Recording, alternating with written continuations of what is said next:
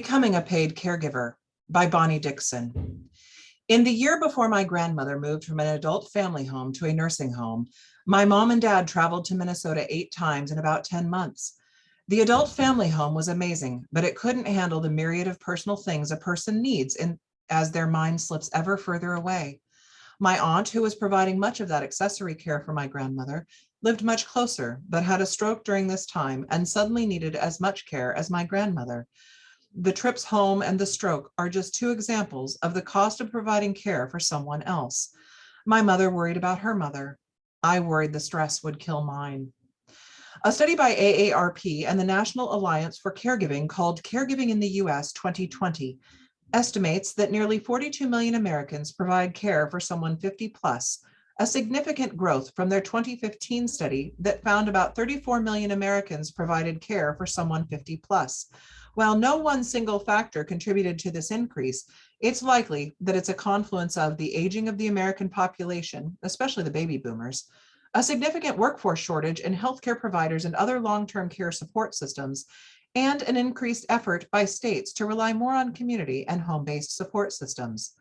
Not only have the numbers of caregivers increased, but the amount of caregiving duties jumped. More of them provide care for more than one person. About a quarter of all caregivers provide assistance for 2 or more people, and the level of that care is increasing in complexity.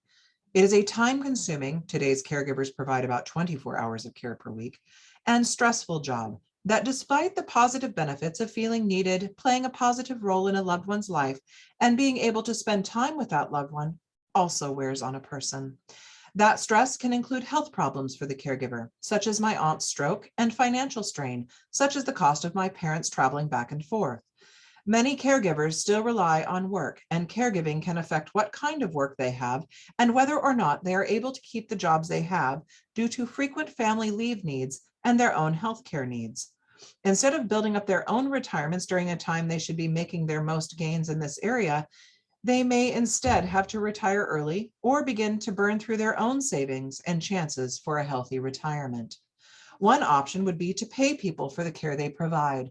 No one argues that caregiving isn't work. The Washington State Department of Social and Health Services, DSHS, estimates that 800,000 Washingtonians provide care to an adult. Not all of them are putting their lives, their livelihood, or their own futures at stake by providing care, but many of them are. Most services to help families and the people they provide care for do not pay for family members to provide care, but here are some that do. The caregiver exemption. This is not a way to put cash in the recipient's pocket, but it can still provide a benefit. When the person who needs care goes through Medicaid, the state may take the assets that person has when they either leave their home to move into a nursing home or die in order to reimburse the state for the cost of that person's care. Like any Medicaid program, there's a penalty for transferring the asset. However, if an adult child provides care and lives in the house for at least 2 years with the person they are providing care for, that adult child can then inherit the home or a portion of the home, depending on the value of that care as payment. This isn't a simple solution, and the burden of proof is on the family, so plan accordingly by seeking help from an elder law attorney. Community Options Program Entry System, COPS. COPS is not strictly speaking about paying family members for care. It pays for home modifications and durable medical equipment. The applicant for this program must need assistance with 2 or more ADLs requiring nursing home level care and meet financial requirements that qualify them for Medicaid. How this meets the need for being able to pay family members for care is that the financial limitations allow the spouse needing care to pay a healthy spouse so that their level of income does not drop below a certain level. This is referred to as the monthly maintenance needs allowance and serves 2 purposes. It lowers the assets of the person needing care and provides a safety buffer for the healthy spouse to have a livable income. This is a complicated process, and anyone considering this option should consider a consultation with an Apple Health qualifications expert before making any changes. For more information, contact Washington State Department of Social and Health Services, Aging and Long-Term Support Administration reception phone, number 360-725-2300. New Freedom Program. This Washington State Medicaid program pays some family members, but not spouses, to perform duties as a personal care attendant. The program is available in most states, but is variously called consumer direction, participant direction, self-directed care, or other terms. In Washington, the care recipient may live at home or in an assisted living community.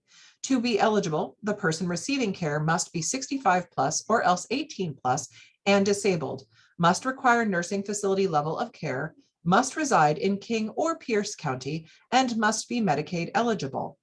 There are other rules in other states and spouses may not be specifically ruled out, so check with state-specific resources. New Freedom provides the participant who is receiving services the ability to manage their own services while receiving them in their own home. Designed with built-in flexibility in mind, the program allows the recipient the right to determine what services best provide for their own needs. It bears repeating that only Medicaid-eligible individuals qualify for this needs-based program.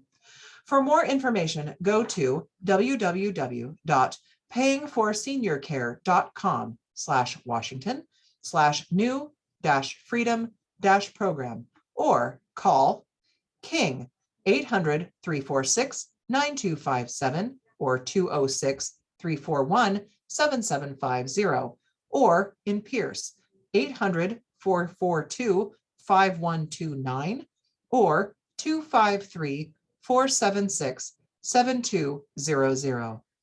Finally, aid in attendance can also provide options. Please see our articles on pages 8 and 10. There aren't a lot of options that will pay you to provide care, but it is worth it to see if one of these options works for you.